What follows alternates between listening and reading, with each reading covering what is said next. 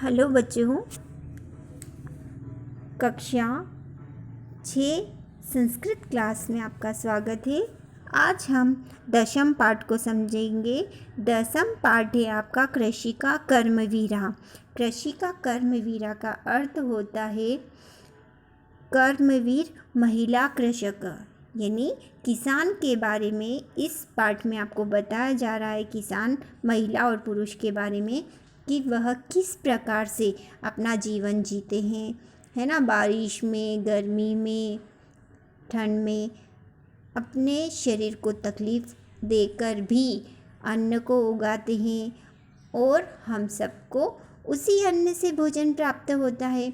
तो उनके जीवन के बारे में इस पाठ में आपको समझाया जा रहा है। तो ठीक है, हम इस श्लोक को शुरू करते हैं। पहला श्लोक है आपका, प्रथम श्लोक है सूर्यस्त पतु मेघाः वा वृषन्तु विपुलं जलं कृषिका कृषिको नित्यं शीतकाले अपि कर्मठो। ठीक है, अब इसका अर्थ समझिए आप। चाहे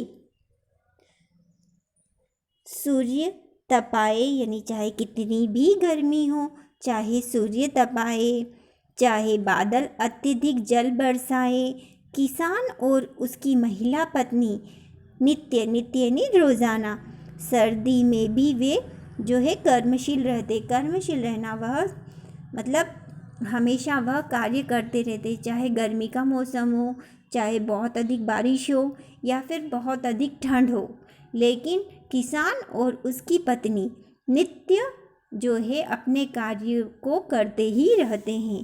सेकंड श्लोक है आपका, ग्रीष्मे शरीरं स्ववेदं शीते कंपयं सदा हलेन च कुदालेन तु क्षेत्राणि कृषतः। अर्थात इस श्लोक में आपको समझाया जा रहा है कि गर्मी में उनका शरीर यानी किसान और उसकी पत्नी का, है ना। तो गर्मी में उनका शरीर पसीने से युक्त रहता है या पसीने में लथपथ रहता है, और सर्दी के दिनों में यानी सर्दी में ठंड से कांपता रहता है। फिर भी ये दोनों हल और कुदाल से खेतों को जोतते रहते हैं, यानी हल और कुदाल लेकर किसान जो है खेतों में कार्य करता रहता है। ठीक है, अगला श्लोक है आपका, थर्ड नंबर का श्लोक है, पादयोर्नं पदत्राणे शरीरे वसनानि नो निर्धनं जीवनं कष्टं सुखम दूरे ही तिष्ठति। ठीक है, यह आपका थर्ड नंबर का श्लोक था। अब मैं इसका अर्थ समझाती हूँ। पाद यानी पाँव, यानी पैरों में जूते नहीं है, शरीर पर कपड़े नहीं है। किसान का जीवन बहुत ही निर्धन यानी गरीब, निर्धन और कष्टमय है। सुख तो उनसे दूर ही रहता है, यानी उन्हें जो है हमेशा वह किसान खेतों में ही कार्य करते रहते हैं, लेकिन काम करने के बावजूद भी वह बहुत ही गरीब है, निर्धन है, तो उनसे सुख बहुत दूर रहता है। इस तरह से इस श्लोक में आपको समझाया जा रहा है कि ना तो उनके पैरों में जूते हैं, ना उनको ढंग से कपड़े मिल पाते हैं, तो उनका जीवन जो है बहुत ही दुखदायी है, कष्टदायी है, सुख उनसे बहुत ही दूर रहता है। इस श्लोक में आपको यही समझाया जा रहा है। अगला श्लोक है श्लोक नंबर 4, ग्रहं जीवनं न वर्षासु दृष्टं वादयेतुम क्षमं तथापि कर्म वीरतवं कृषिकार्णं न निश्यति। अर्थात इस श्लोक में आपको बताया जा रहा है कि किसान का घर पुराना होने के कारण, है ना, उनका घर जो है, ग्रह यानी घर और जीर्जम यानी पुराना। ठीक है, तो किसान का घर जो है पुराना होने के कारण वर्षा के समय बारिश का पानी अंदर आने से रोकने में असमर्थ होते हैं। असमर्थ होना यानी वे रोक नहीं पाते, असमर्थ होते हैं। फिर भी किसानों की कर्म निष्ठा कष्ट नहीं होती है ना। उनकी जो कर्म निष्ठा है वह नष्ट नहीं होती है, वह हमेशा अपने कर्म को करते रहते हैं। अर्थात इसमें यह समझाया जा रहा है कि वे अपने कार्य में लगे ही रहते हैं, चाहे उनका घर पुराना हो, चाहे बारिश का पानी उनके घर में घुस जाए, लेकिन फिर भी वो खेत की ओर जाते रहते हैं। तो उनका जो है कर्म है, यानी उनके कार्य करने का जो है वह कर्म निष्ठा उनकी खत्म नहीं होती है। अगला श्लोक है आपका 5 नंबर का श्लोक है आपका,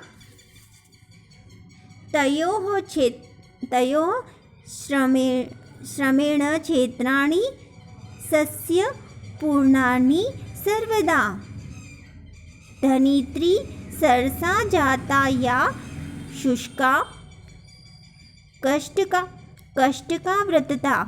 अर्थात इसमें आपको बताया जा रहा है कि उन दोनों की यानी वही किसान और उसकी पत्नी के, उन दोनों के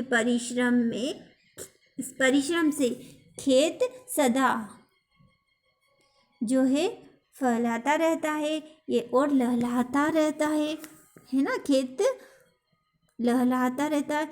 जो धरती सूखी और कांटों से परिपूर्ण होती है, वह भी उन दोनों के परिश्रम से हरी भरी हो जाती है। यानी देखिए, धरती सूखी होती है, कांटे भी उगते हैं, लेकिन जब किसान मेहनत करता है तब वहाँ जो फसल बोता है वह फसल लहलहाने उठती है और हरी भरी फसल हो जाती है। यही श्लोक में आपको समझाया जा रहा है, ठीक है। यानी उनकी मेहनत के कारण जहाँ धरती वो सूखी है, कांटे उगा रही है, लेकिन वह मेहनत करता है तो वहाँ पर हरी भरी फसल खड़ी हो जाती है। अगला आपका आखिरी श्लोक है, शाकमननं फलं दुग्धं दत्वा सर्वेभ्य एव तो क्षुधा त्रशाकुलो नित्यम विचित्रो जनपालको।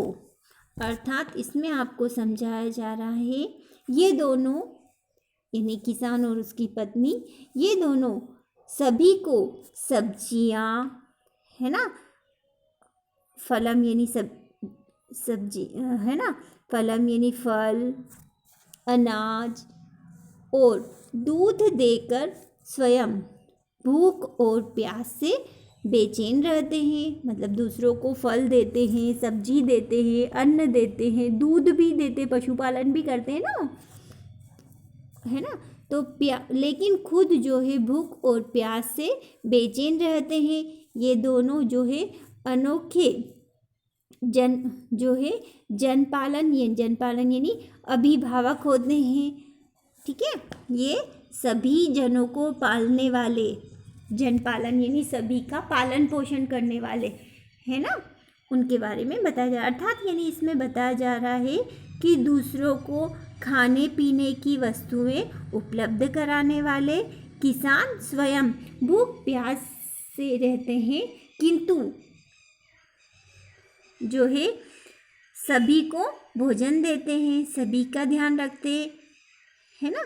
यही आपको बताया जा रहा है। तो आपको ये पाठ समझ में आ गया होगा और किसान के जीवन के बारे में भी समझ में आ गया होगा। Okay, bye.